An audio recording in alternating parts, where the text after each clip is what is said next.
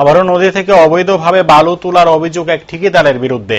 অভিযুক্ত ঠিকাদারের নাম নারায়ণ নাথ চৌধুরী। এলাকার জনসাধারণের অভিযোগ, মূলে ঘটনাস্থলে গিয়ে সংবাদ মাধ্যমের কর্মীরা নদী থেকে অবৈধভাবে বালু তোলার দৃশ্য ক্যামেরাবন্দি করে। এলাকার জনসাধারণের পক্ষ থেকে একাধিকবার সাংবাদিকদের সাথে যোগাযোগ করা হয়। অভিযোগ, নারায়ণবাবু নাকি সিসি ব্লক নির্মাণের যে কাজ করেছেন সেই কাজে ব্যবহৃত বালুগুলি তিনি শ্রমিকদের দিয়ে সেই নদী থেকেই তুলছেন। প্রসঙ্গত, ঠিকাদার নারায়ণ নাথ চৌধুরী বন্যা নিয়ন্ত্রণ দপ্তর থেকে প্রায় 1,20,00,000 টাকা ব্যয় করে 2 দফায় 36,000 সিসি ব্লক নির্মাণের বরাত পায়। অবৈধভাবে বালু তোলার বিষয়ে প্রশ্ন করা হলে নারায়ণবাবু বালু তোলার ঘটনা স্বীকার করে বলেন, স্থানীয় মন্দির কমিটিকে নাকি টাকা দিয়ে নদী থেকে বালু তুলেছেন তিনি।